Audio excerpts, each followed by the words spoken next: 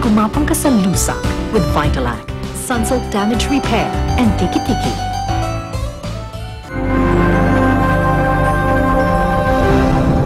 Gusto mong magtagal dito? Baka makibagay, lahat ng galaw at salita. Alam mo ba kung ano yung hinihinging kapalit ni Mayor para dun sa pelikula ni Rachel? Eh, gusto siyang gawin kabit ni Mayor eh! Hoy! Ang dami ng binabangungot dito! Huwag mo akong takutin. Ha? Baka mauna ka. Wala kayong magagawa kung gusto kong tulungan si Levi. Paano kami? Mas importante yung buhay ka kaysa patay sa kaso namin ni Edmundo. Malaking tulong ang kaso mo para mawabagsak siya. Iligtas mo si Levi. Pero huwag mo nang kalabanin ng tatay mo, pati si Mayor. Nay, kapag hindi ako lumaban, karangalan ka naman na mawawala. Matagal na ako dito, Levi. Pero hanggang ngayon, hindi ko pa rin kilala kung sino yung tunay kong kakampi o kung sino yung kaaway. Ako po yung girlfriend ni Levi. Eh, wala siya dito. May nangyari po sa kanya eh. Anita! Anita! Halika nga!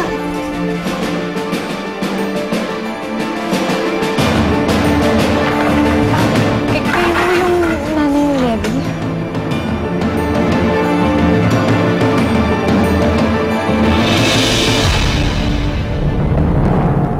At bakit po kayo nakakadena?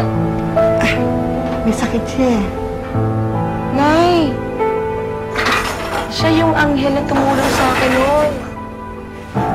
Paano mo nalaman na dito ako nakatira? Sinabi ho sa akin ni Levi. Kumusta si Levi? Nakalaya na ba siya? Ilang! Sige! Ano ba yan? May mga kargada tayo pinatago.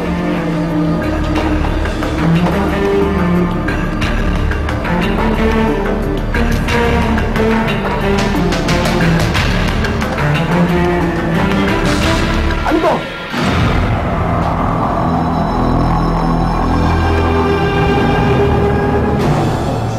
Hindi pa po eh. Pero huwag po kayong mag-alala. Ginagawa po namin lahat ng paraan para pong makalaya ni si Levi. Eh, ano ba ang kaso ng apo ko? Pagbintangan lang ho siya. Pero may abogado naman ho siya na tumutulong sa kanya. Nay! Nay, gusto kong bisitahin si Levi, Nay! Anak, ano namang hindi ka pwede eh. Ako na lang sasama sa'yo. Pero paano po siya? Huwag mo akong alalahanin. Maayos ako. At alam kong magiging maayos na ng lahat para kay Levi. Dahil nandyan ka. Ikaw ang tumulong sa akin noon. Kaya alam kong tutulungan mo rin si Levi. Buti pa si Levi. May pamilyang nag-aalala sa kanya.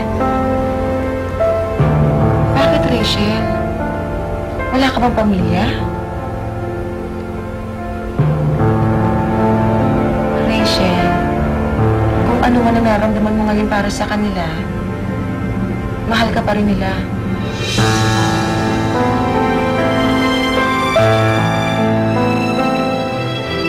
Ano to? Lighter lang pala. Ito, lighter mo.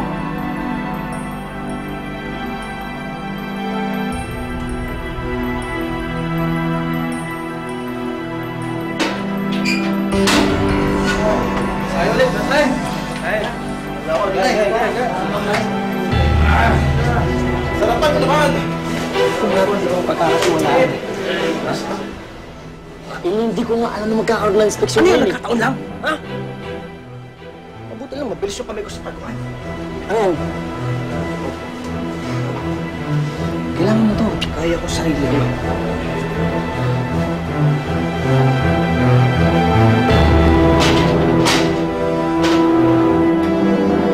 Ebi! May dalawa ka.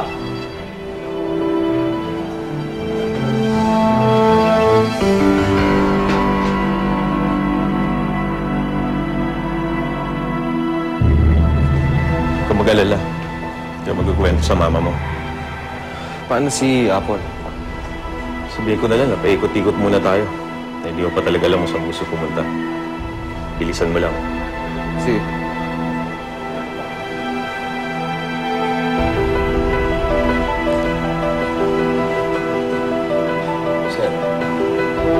Jonathan, kumusta na iyo? Ang taas mo na. Mataas ka pa sa anak mo si RJ. May binibisita ka. Yung driver ko ho. Kayo, sinong kliyente niyo? Yung driver mo rin.